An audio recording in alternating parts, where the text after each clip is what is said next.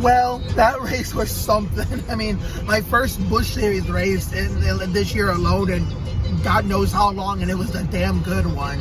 Noah ran a kick-ass race, and with him winning the pole and having like a rocket ship and a hot rod underneath the hood of that 9 car, I thought for sure that it was going to be his day in the sun, and that he would treat me to my first, win, first time seeing, a driver like and winning in person, whether it be Winston, Busch, or Craftsman. Because the one time no fans were allowed and me and Daddy-O couldn't be there in 2020, Zane Smith and Riley Herbst won the Craftsman Truck Series and ARCA Remax race. Not that people give a shit about ARCA, but it's like the one year I can't be there, drivers I like win the race. It's like whenever I'm there, they don't do that. So it's like I didn't get to be at the track to celebrate 2 years ago.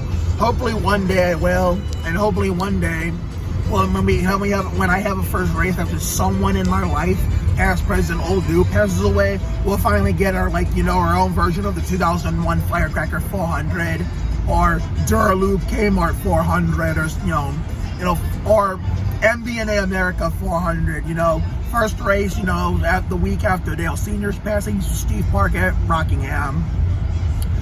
The first race at Daytona since Dale Sr.'s passing, won by his son. And then the first race since, 9/11, also won by Dale Jr. at Dover. So, Dad, what did you think about that race? Amazing race. I was hoping Noah Grayson would have won. But just for me. He did a good job. He did his best. He did a hell of a job. A kick-ass car and a kick-ass race. He ran a kick-ass race in a rocket ship of a car. Very good. Yep. And see you guys tomorrow. Tomorrow we'll be back for Winston Cup. But before we, Dad, but that's all my dad will say. But for me, I'm not done yet. So therefore, Gregson had the car that was the class of the field today. Dominated that whole first stage. It looked like he was going to run away with it and give me a first win in person from any driver I've ever liked, But then strategy came into play, and that's when others, his teammate, all guys started jumping in the mix. Even Brandon Jones, as much as I didn't like him, and when he was with RCR and, or Joe Gibbs Racing pre-pandemic, he's shown a lot of improvement and has come a long way since then. Now, I actually like him now. And, of course, the eventual winner jumped in there with some strategy. Sammy Smith, I feel sorry for the poor guy, even though I have been crazy about Joe Gibbs Racing since, Tony Stewart and Bob Abante were there when I was little.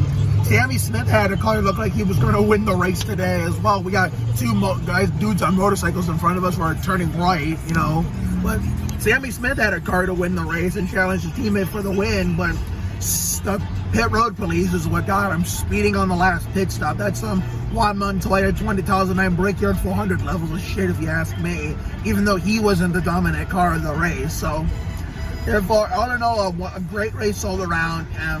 Beautiful day, scorching weather, but at least it wasn't raining. I know ARCA's running after this, but I stopped giving a shit about ARCA after the 2020 season. I did not watch a single ARCA race in 2021. Haven't watched a single one this year, and I'm planning to keep it like that. Even though I do have my favorites in Amber Belican and Dad Moffitt. So, Winston Cup tomorrow. We finally bought myself some updated Ty Dillon gear with the 42 on it. So that way I don't have to keep wearing the crummy old ass number 13 stuff, Especially when we do our first episode of Real Life Need for Speed. If I'm participating in any of the first 2 episodes, which are lap knockouts, first in the regular direction, one going in reverse, I might sneak on my new Ty Dillon stuff.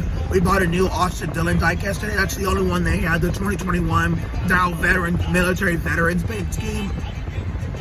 It was the only one they had, so I thought, fuck it, let's take it. I tried to look for Ty diecast, and because, he's not as, valuable as, his brother, that's why they didn't have any Ty diecast. The best I could come up with was t-shirts and hats, and my dad could have got Suarez, his driver, who finally got his first career win at the Dodge SaveMart 350 at the Sears Raceway. Go check out that race reaction, link it to their description.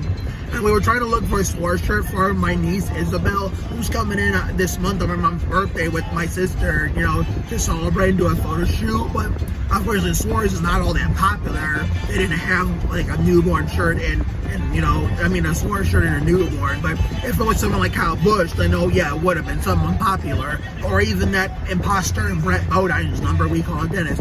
Any of the large marketing drivers, but you know, hopefully tomorrow, you know, we'll get it treated to like a sunny race. And, you know, I know it rained for like 5 minutes last year, but I don't want none of that at all, period, because our last sunny June race was 2017, and then the last 2 June races we ever had in 2018-19, rain short, and then 2018, then moved to Monday at 5 o'clock in the afternoon in 2019 due to rain.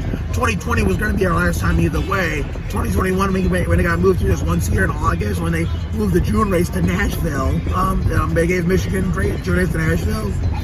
We had a little 5-minute sprinkle, but it was not enough to bring out a red flag and cause a rain delay, so we got the race started. I just hope we can be clean as the West from start to finish from lap 100 to 200 tomorrow without, you know, a single sign of rain. There's a possibility, but I'm hoping that shit changes and we're able to, you know, make it out of there unscathed and that the shit misses us. So right now we're about to go to the hotel. What's the hotel called again?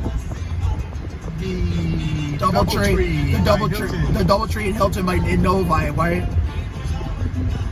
That's it, brother. Okay, so unfortunately my buddy Matt Jennings couldn't be there today because he texted me some, like, you know, change of plans, which was some bad news, which he did feel kind of bad, so I appreciate him for caring and all that. So therefore, Jared Bear, aka Jared Fuller, will be seeing him for the 2nd year in a row, and it would have been cool to see my dad, you know, meet Matt, and, you know, Jared Bear meet Matt, and have the 3 guys combined, you know, my dad and the 2 Michigan boys meet Kenneth, you know, if you ever going back to that same hotel from last year. But I guess there's always next year. Well, if, you know, if Nicholas Richardson wants to tag along for the ride, like I said, that man is going through a lot right now, so therefore I couldn't understand why he untagged himself. So we'll just wait a whole last year in 2022 to see if we can get him to come and, you know, Jared to return once again, and hopefully we'll finally get the debut of Matt Jammer from another Mammer, Matthew Jennings. So have a good night tonight and a better day tomorrow. Life will give you a lot of lows, but when you hit a high, enjoy it. It ain't for the weak. Goddamn, pace yourself, be you. You have to try harder to do less. You can't deport a dream. Sometimes the worst things in life lead to the best things. My voice is shot from all the screaming I did for Noah. I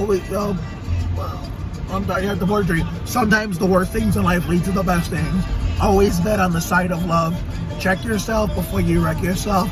Sometimes you just gotta be present. You never fail until you stop trying. It never pays too much to worry too much about things. We're not here for a long time. We're here for a good time. It's never too late to turn the day around. And another day to shop. How the fuck did that go again? Again, this tagline from Lele, just like the one we bunked before we eventually nailed it, needs more work. Another day on time, another day to shine. So take care, everyone. Good night, and I will see you all tomorrow for the Winston Cup race reaction, the Series Satellite Radio 400. So my voice is shot, so I better give it a fucking rest. So see you all tomorrow, everyone.